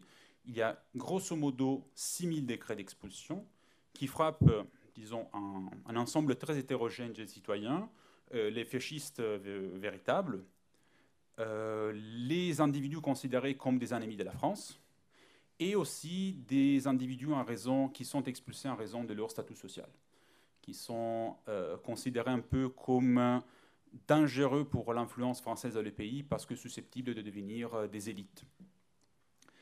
Et les Juifs italiens se trouvent impliqués dans cette émigration, mais pas dans un nombre considérable en fait. Je dois avouer que moi, je m'attendais quand même à une présence massive en raison du fait que la population juive italienne était grosso modo une bourgeoisie assez aisée et, disons, qui pouvait compter sur un certain bien-être matériel, qui était considéré comme une élite pratiquement par tout le monde. En dépit de ça, j'ai trouvé à peine 45 individus juifs italiens dans cette masse de 6000 décrets d'expulsion. Ça veut dire grosso modo 4% du total, ce qui est tout à fait compatible avec le poids démographique au sein de la population italienne. En revanche, le profil professionnel montre une présence nombreuse parmi les avocats, parmi les industriels, parmi les agents d'assurance et les agents d'affaires. Ce qui est tout à fait, disons, cohérent avec leur importance dans ces genres de professions. En ce qui concerne le profil social, il s'agissait d'une population masculine, installée surtout à Tunis, avec un conjoint, pour la plupart des cas, avec des enfants, et qui avait grosso modo 40 ans, 42 en moyenne. Et si on regarde donc la distribution des départs, on voit que la plupart des départs signalés par les visas conservés au cabinet diplomatique à Nantes concernent les années comprises entre 43 et 46, donc entre la libération de Tunis et la signature et l'application du traité de paix entre la France et l'Italie en février 46. Donc ce sont des départs qui se concentrent dans les dernières années du conflit, avant l'entrée en vigueur du traité de paix, avec deux courants principaux. Les départs forcés imposés par décret, et aussi, là c'est un aspect assez intéressant, le départ d'un noyau d'antifascistes vers l'Italie. Entre 1943 et 1944, les antifascistes des nationalités italiennes encore présentes en Tunisie, qui militaient en grande partie dans le Parti communiste tunisien, qui est un parti multinational et pluriconfessionnel, retrouvent la liberté. Il sort de la clandestinité et demande de passer l'Italie pour continuer la lutte contre le régime fasciste, en suivant donc les troupes alliées. Ce sont 27 personnes qui font une demande officielle au résident de l'époque, qui était le général Mast. Dans ces 27 personnes, 20 étaient des juifs italiens. Donc il y a effectivement un noyau intéressant de personnes qui se déplacent pour des raisons politiques. Donc je n'ai pas trop le temps peut-être d'étudier l'arrivée en Italie et l'installation dans les camps de réfugiés, mais c'est intéressant, à mon avis, d'analyser un instant la disposition spatiale de cette migration. On observe, là c'est un tableau que j'ai pu élaborer sur la base des demandes de visa conservées au cabinet diplomatique à Nantes. Il y a une immigration qui se concentre surtout dans les centres majeurs de l'Italie, à Rome et à Naples. Et de manière assez surprenante, il n'y a pas de trajectoire d'émigration dirigée à Livourne. Ça, c'est une chose que j'ai trouvée extrêmement intéressante, en fait. Une population qui se définissait comme juive livournais, qui revendiquait un attachement très fort à cette ville, ne choisit pas de rentrer à Livourne. Ce qui montre, à mon avis, disons, c'est mon interprétation, que désormais le lien avec cette ville était désormais de type idéal, de type abstrait, et qui ne se fondait plus sur des liens familiaux ou des relations commerciales concrètes. Voilà donc. Et une autre chose très intéressante, c'est l'installation dans la ville, dans les tissus urbains des villes. Par exemple, à Rome, on peut voir qu'il y a une certaine dispersion des personnes. Il n'y a pas, disons, une concentration dans des quartiers particuliers de la ville, ce qui est très particulier, parce que montre une rupture par rapport aux logiques d'installation dans la ville adoptées à Tunis, par exemple, où on pouvait trouver les mêmes personnes dans le même quartier, voire dans le même immeuble. À Rome, on ne trouve pas presque jamais les mêmes personnes aux mêmes adresses. Les personnes que vous trouvez dans la même adresse, ce sont des personnes qui font partie du même foyer. Donc très souvent un père qui est expulsé et qui ensuite attire la femme, les enfants dans la même adresse. À Naples, c'est intéressant également parce qu'on voit une très forte concentration des juifs italiens antifascistes qui avaient choisi de rapatrier dans les quartiers près du port, probablement près aussi des centres du pouvoir politique et donc des sociabilités du parti qui les rattachait. Et ensuite, il y a une autre famille qui se trouve très éloignée, à côté du Vésuve, de l'autre côté de la ville. Et ça montre effectivement qu'au moment d'émigrer, au moment de s'installer dans une nouvelle ville, on ne trouve pas des logiques de voisinage liées à l'appartenance à la même communauté. Au sens, là encore, c'est un aspect, à mon avis, très intéressant. Au moment de partir, il n'y a pas le désir de recréer un réseau, un tissu de relations fondées sur la même appartenance juive livournaise. Il y a des appartenances de type familial, de type culturel, de type politique. Par exemple, là, on trouve les mêmes personnes dans le même quartier, mais ce sont des personnes qui appartiennent grosso modo à la même famille, qui militent dans le même parti, mais pas des relations, des voisinages fondés sur les liens communautaires. Ce qui nous porte à les conclusions.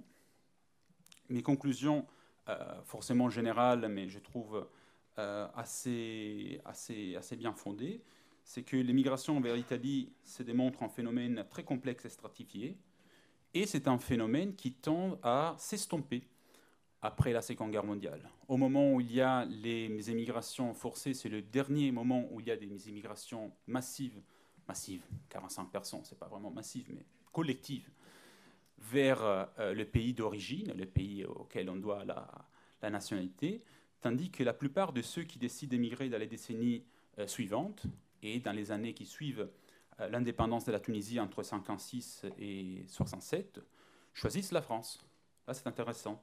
C'est une destination différente qui découle d'une trajectoire personnelle éloignée de la génération précédente.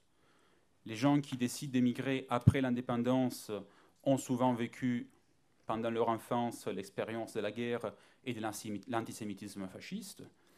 Ceux qui sont nés après le juin 1940 ont été naturalisés français automatiquement et qui ont donc accompli un parcours de formation culturelle scolaire dans les écoles françaises. Ce qui se conduit au désir de poursuivre les études en France. Ce qui montre que même une population qui, disons, faisait de l'italianité sa raison d'être, pouvait, au fil des générations, changer même radicalement, ce qui démontre les trajectoires d'immigration. Je vous remercie de votre attention.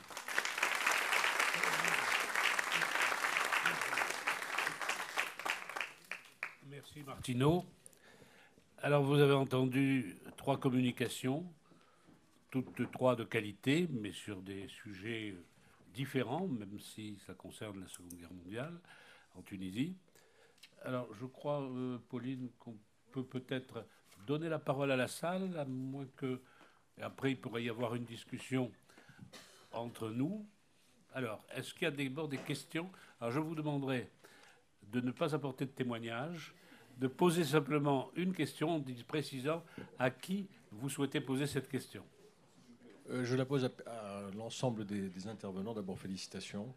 Quelle était l'attitude ou les réactions du néo-Destour ou de Bourguiba par rapport à la condition des Juifs tunisiens pendant la Seconde Guerre mondiale? Y en avait-il ou n'y en avait-il pas? D'accord. Alors ça, c'est sur l'ensemble. Ce n'est pas une question sur un exposé particulier. Qu'il y a d'autres questions? On va peut-être prendre 3-4 questions. Je serai en troisième. Une seule question, c'est peut-être pour Marianne Guèze. Est-ce qu'elle peut dire quelques mots sur les BPI? Les bataillons de patriotes israélites, où on trouve aussi dans la littérature bataillons de pionniers israélites. Alors, ce sont deux choses différentes. Les bataillons de pionniers israélites, c'était en Algérie, c'était une chose bien précise. Oui, mais ça concerne les Tunisiens. Non, et il y a eu aussi, vous avez parlé des bataillons israéliens. Non, du tout. Alors, votre première appellation? Les pionniers ou les patriotes. On trouve les deux termes dans la littérature. Oui, alors ça concerne les Juifs d'Algérie, ça concerne ce non, qui s'est passé en Algérie. Du tout. Du tout. Je regrette, Claude, mais c'est pas ça du tout. Alors vous nous expliquerez. Allez-y. Alors, je peux expliquer. Oui. Je possède des carnets de guerre de mon père qui a été mobilisé le 11 novembre 1942. Oui. Et dans le camion militaire où ils partent de la Mandouba Exact. vers le centre de la Tunisie, les différents soldats se disent, est-ce qu'on part avec les Allemands ou contre? Oui. Déjà, ils ne savaient pas dans quelle armée ils étaient, Exact. ils avaient été appelés. Alors, exact.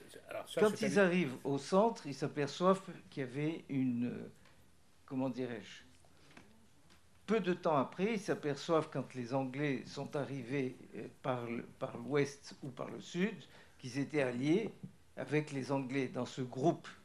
Mais mon père, en février ou mars 1943, le commandant lui dit « Monsieur, je ne savais pas que vous étiez juif. On m'a demandé, dans mon bataillon, de déplacer les juifs parce que vous n'avez plus le droit d'être militaire. » Et c'est comme ça qu'il a atterri à Tlemcen dans un BPI. C'est ça. Alors, effectivement, alors là, je vois de quoi vous voulez parler. En novembre 1942, au moment où les Allemands débarquaient en Tunisie, l'armée française, le général Barré, qui commandait la division française de Tunisie, a décidé de transférer son commandement et ses troupes vers Medjezelbab, vers l'Algérie. Et il a mobilisé des réservistes. Les instructions qui avaient été données étaient de ne pas mobiliser les Juifs, parce que c'était Vichy, les Juifs dans l'armée, on n'en voulait pas. Le bureau de recrutement ne connaissait pas l'onomastique, et il y a des Juifs, des officiers, des sous-officiers et des hommes de troupes qui se sont retrouvés mobilisés.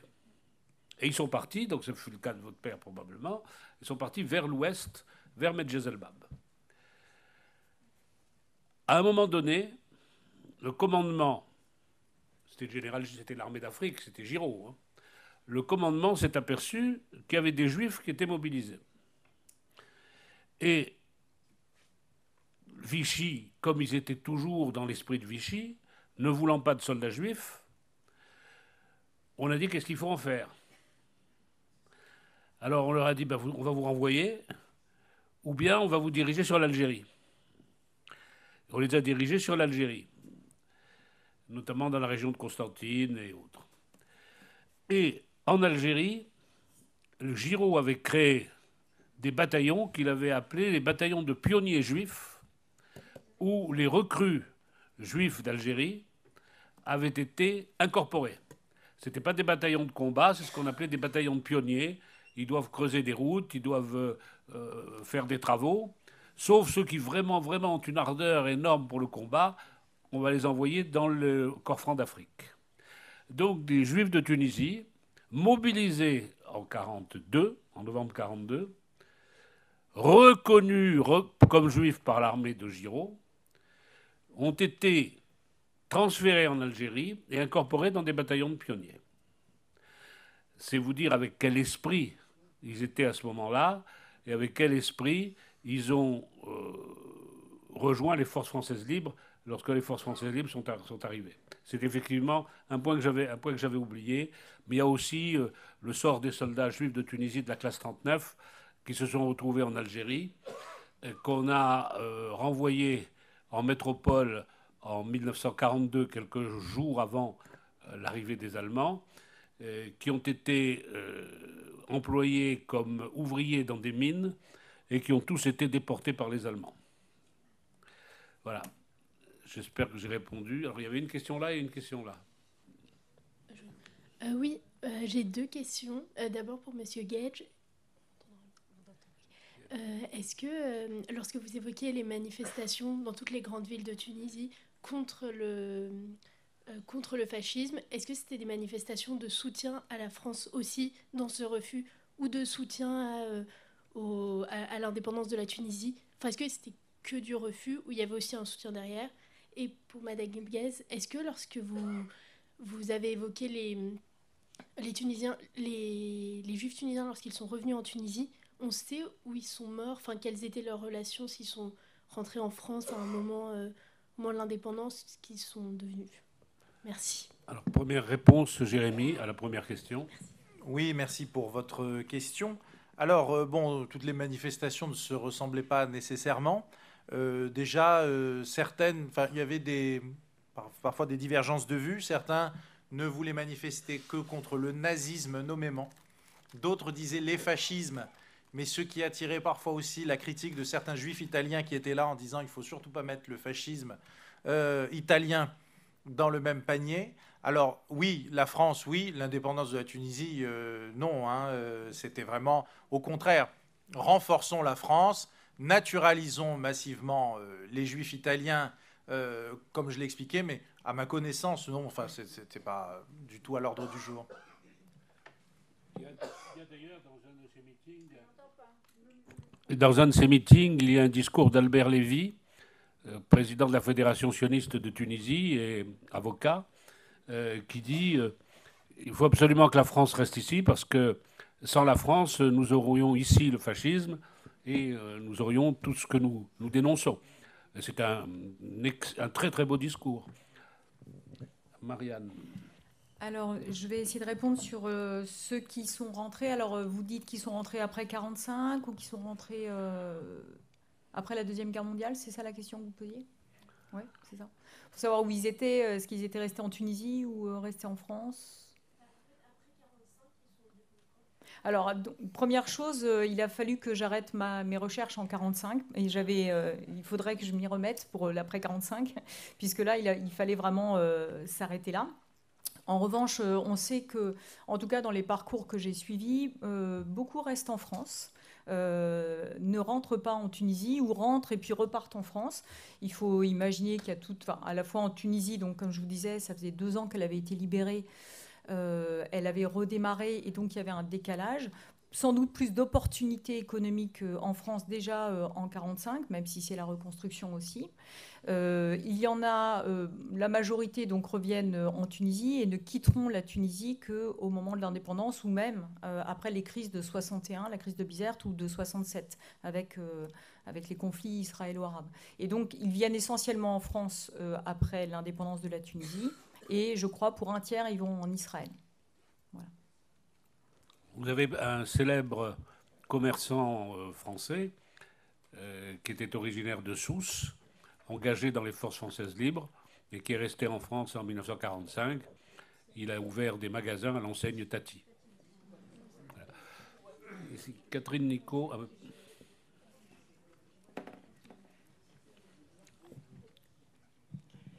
Ça serait une question pour Jérémy Gage. Enfin, une question observation. Il me semble quand même que, même si, tout à fait, les Juifs de Tunisie, en tout cas la presse en particulier, que j'ai pu voir plus, s'intéresse au fascisme et au nazisme en tant qu'idéologie, etc., et danger pour la paix, etc.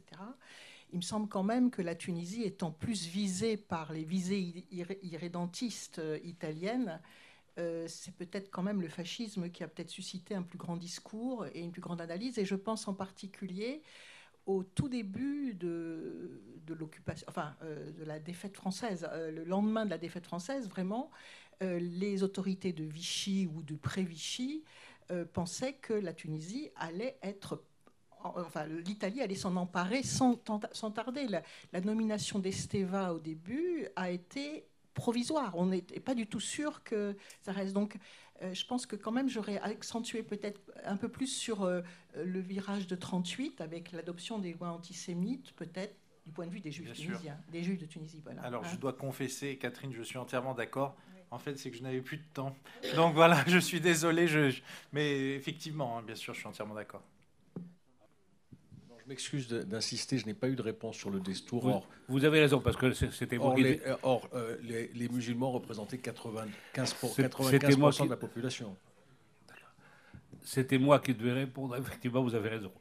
Alors, je dirais qu'il y a eu tout, le meilleur et le pire. Il y a eu une fraction des destouriens qui a marqué sa sympathie à la population juive. Et il y a eu une fraction des destouriens qui a vigoureusement soutenu l'axe. Je me souviens, quand j'avais 13 ans, que j'étais en Tunisie, on a débaptisé une avenue qui s'appelait l'avenue Roustan. On l'a appelée avenue du docteur Habib Tamer. Et je sais que les anciens qui avaient vécu la guerre étaient les juifs de Tunisie qui avaient vécu la guerre. Leurs cheveux se dressaient sur leur tête parce que le docteur Habib Tamer, c'était celui qui, à Radio Tunis, avait salué les héros de Stalingrad et avait célébré les victoires allemandes en URSS. Beaucoup plus tard, lorsque j'ai fait des recherches, j'ai trouvé que le fameux docteur Habib Tamer, qui habitait l'Ariana, avait fait des interventions pour faire dispenser certains juifs du travail obligatoire et pour protester contre une réquisition d'un immeuble qui appartenait à une famille juive qui avait été réquisitionnée par les Allemands. Alors vous voyez, je dirais qu'il y a eu le meilleur et le pire. Moi j'ai eu un professeur de mathématiques, de physique au lycée Carnot à Tunis, qui était musulman. Tout le monde l'aimait beaucoup. Or j'ai découvert dans les archives qu'il participait, sous couvert du Croissant Rouge tunisien, à des rafles de juifs à la Marsa. Et qu'il avait été épuré en 1945 pour cela. Alors, Bourguiba n'a pas joué la carte antisémite. Pas du tout. On ne trouve rien dans ses discours d'avant la guerre à ce sujet. Bon, son discours de Radio Bari, quand il est libéré, mais il passe par l'Italie, il fait un discours à Radio Bari. Bon, malgré la légende qui veut présenter ce discours comme un discours de résistance, etc., il salue quand même les armées de l'Axe qui l'ont libéré et qui sont ceci et cela. Bon, mais de prise en compte de mesures contre les Juifs de la part de cette partie du bureau politique, non. Bon, mais vous savez que Bourguiba est resté en Tunisie après la libération en 1943, tandis que Tayeb Slim, comment s'appelait-il, Azouz Rebaï, etc., sont partis dans les fourgons allemands, qui ne sont rentrés en Tunisie qu'après l'indépendance. Donc il y a une partie du Néo-Destour qui a joué la carte allemande. C'est de le reconnaître. Monsieur. Oui. Oui, bonjour. J'aurais deux questions pour Marianne Guez, s'il vous plaît. Est-ce que vous pourriez préciser votre chiffre de proportion puisque vous avez précisé, en fait, c'est une classe d'âge assez petite d'engagés autour de 20 ans. Est-ce que vous avez affiné sur la proportion d'engagés par rapport à cette classe d'âge de juifs tunisiens? Et est-ce que vous pourriez aussi éventuellement, par vos recherches ou par la littérature, évoquer les femmes, en fait, le rôle des femmes est-ce qu'il y a des engagements autour de l'armée et puis surtout peut-être en dehors de l'armée? Alors, pour les proportions d'engagement, je n'ai plus tous mes chiffres. Mais c'est vrai, la moyenne d'âge, en fait, des engagés volontaires juifs de Tunisie, qu'ils soient français ou tunisiens, dans les forces françaises libres, c'est 23 ans. Et la proportion la plus importante, c'est 18-20 ans. Mais il peut y avoir des gens de plus de 50 ans qui s'engagent, alors qui, par exemple, travaillent dans la justice et qui vont être greffiers, qui vont chacun avoir leur rôle. Alors, sur les femmes, le rôle des femmes dans la résistance, puisque à côté, il y a aussi tout un réseau de résistance présent en Tunisie qui s'appelle le réseau Mounier. Et il y a eu dans ce réseau Mounier des femmes qui ont été actives. Et au sein du Parti communiste tunisien, il y avait une forte proportion de juifs. Et dans ce réseau communiste tunisien, il y avait des femmes qui résistaient avec leur mari et qui d'ailleurs se sont fait arrêter, notamment pour avoir écrit des adresses pour envoyer des tracts, etc. Et donc, voilà. Par contre, c'est vrai que dans les forces françaises libres, il n'y a pas de femmes qui ont été enrôlées. Mais par contre, voilà, dans la résistance locale, oui, elles ont eu une action assez déterminante. Il y a eu quand même quelques femmes, c'est pas un aspect qui est couvert par la thèse de Marianne Guez, qui se sont engagées comme ambulancières dans les ambulances de la France libre. Il y avait deux ambulances célèbres dans la France libre, mais notamment celui de Madame Catroux, la femme du général Catroux, qu'on appelait la Reine Margot, qui avait créé un corps de volontaires féminines. Et il y avait les Rochambeles qui étaient commandés par Suzanne Thorez, devenue plus tard Madame Massu, épouse du général Massu. Mais à l'époque, elle était la femme du célèbre avocat Henri Thorez, qui disait d'ailleurs à propos du général Massu, le général Massu et moi, nous avons servi dans le même corps. Alors je précise que ces deux formations d'ambulance de la France libre, il y a eu des femmes juives de Tunisie qui se sont engagées, dont quelqu'un que nous avons évoqué à la Société d'Histoire il y a quelques jours, Suzette Cohen-Coudard, qui était infirmière, qui a été plus tard infirmière en chef de l'OSE et qui est décédée lors de la catastrophe d'Oslo en convoyant des enfants vers la Norvège où ils devaient se rendre en Israël. Et Suzette Cohen-Coudard s'était engagée comme infirmière dans les forces françaises libres, je crois dans la formation du général Catrou, de Madame Catrou. Voilà. Alors moi j'avais une petite question. Je voulais savoir comment était enseignée l'histoire des Juifs de Tunisie aujourd'hui en Tunisie, et si vous avez des échanges avec les enseignants, puisque là on en parle entre nous, mais peut-être que bientôt, je sais pas, ce sera une vieille histoire, ce sera du Moyen-Âge. Vous me posez une question diplomatique. Alors je dirais qu'il y a eu des recherches sur l'histoire des Juifs de Tunisie qui ont été initiées en Tunisie il y a plus de 25 ans dans le cadre de l'étude des minorités. Elles ont même été encouragées par le gouvernement tunisien qui voulait montrer le caractère pluriel de la Tunisie. Et il y a eu des recherches sur l'histoire des Juifs qui ont été menées en Tunisie, dans les universités tunisiennes, avant même la France. Il y a eu, dans les années 90 à 97, un cheminement parallèle en Tunisie et en Israël. En Israël, on a étudié l'histoire des Juifs de Tunisie parce qu'on mettait en avant l'histoire des Juifs séfarades pour des raisons politiques.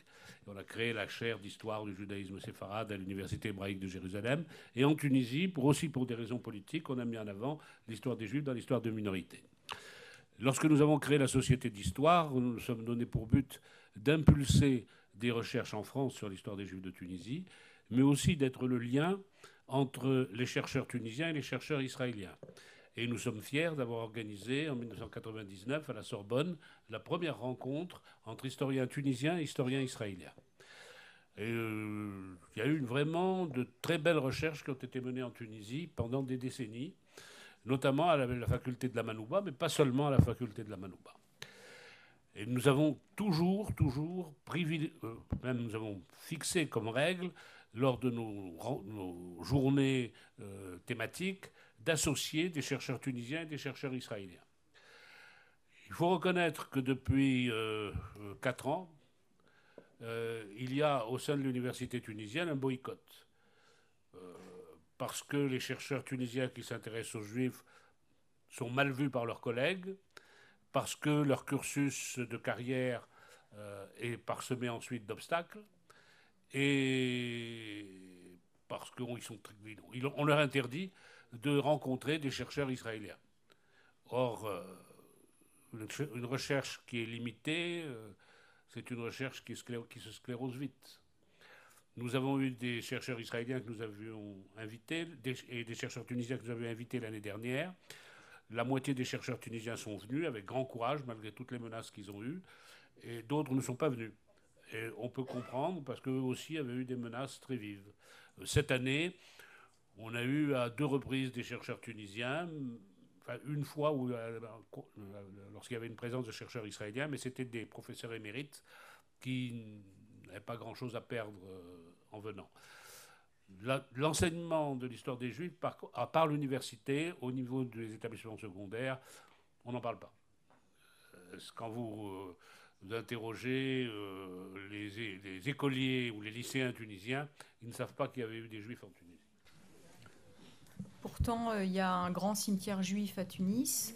Pourtant, il y a une grande synagogue en plein cœur de Tunis. Donc, voilà.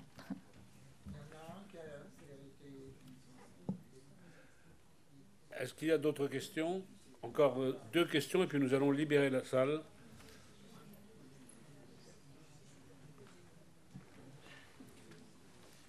Oui, c'est pour une question pour Martino Pozzi qui pas parlé encore jusqu'à présent.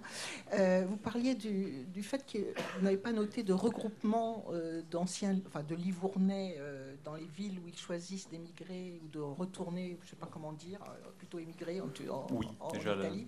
Mais ça tient peut-être tout simplement au fait qu'ils n'ont plus de relations de famille, non plus... vous voyez, est-ce qu'ils avaient des liens vraiment avec l'Italie ou c'était simplement une origine qui les mettait en valeur, je dirais, en Tunisie? Non, il avait quand même des liens assez forts avec l'Italie, des liens familiaux, des liens commerciaux, des liens politiques. Les études de cas que vous avez suivies, des parcours, vous avez noté ça? Tout à fait. Par exemple, l'habitude de passer les vacances de la partie italienne de la famille à Rome plutôt que dans d'autres localités. Ça ne peut pas être un facteur explicatif. Non. Les études se faisaient souvent dans les universités, par exemple à Pise, à Rome, à Naples. Donc il y avait des véritables liens qui s'est cultivé, qui n'était pas seulement en matière de récit dans un passé plus ou moins loin. Et pour revenir sur la période de la guerre, j'ai consulté beaucoup les archives de Vichy sur le protectorat. Et il y avait une mobilité effectivement maintenue, ce qui m'a beaucoup surpris, pour les Juifs qui pouvaient qui avaient des... Je ne sais pas si il fallait des visas, j'en suis pas certaine. Laisser passer, c'est ça. Enfin, il fallait une autorisation en tout cas. Et ils obtenaient visiblement facilement pour aller pour affaires, souvent, des choses comme ça. Évidemment, je n'ai pas vu d'Italien dans le lot. Mais, et en plus, Esteva envoie des listes tous les mois. Oui, c'était la situation sous Vichy était particulière au sens que effectivement le régime de Vichy désirait appliquer le statut des Juifs aussi aux ressortissants italiens de confession juive, sauf qu'il y avait l'opposition du gouvernement fasciste. Oui, non mais ça c'est autre chose. Je parlais de la mobilité simplement pour des motifs qui ne sont pas interdits par le statut. Vous voyez, oui, c'est ça. Tout à fait. Oui, non mais c'est quand même surprenant. Mais qu'il n'ait pas envie de s'installer en France ou en Italie, je peux comprendre. Il n'y avait pas de raison de vouloir y aller. C'est pour ça qu'il soulève toute une série de questions assez passionnantes, je trouve. En ce qui concerne l'émigration des communistes italiens dont Martino a parlé, elle n'a pas toujours été volontaire. Parce que le parti communiste tunisien était sous la tutelle du Parti communiste français. Et le Parti communiste français trouvait que c'était sa chasse gardée. Or, le communiste italien qui était en Tunisie avait pris une grande importance pendant l'occupation allemande sur le Parti communiste tunisien. Et il y a des réclamations d'Ambroise Croizat, qui était à Alger comme délégué du PCF.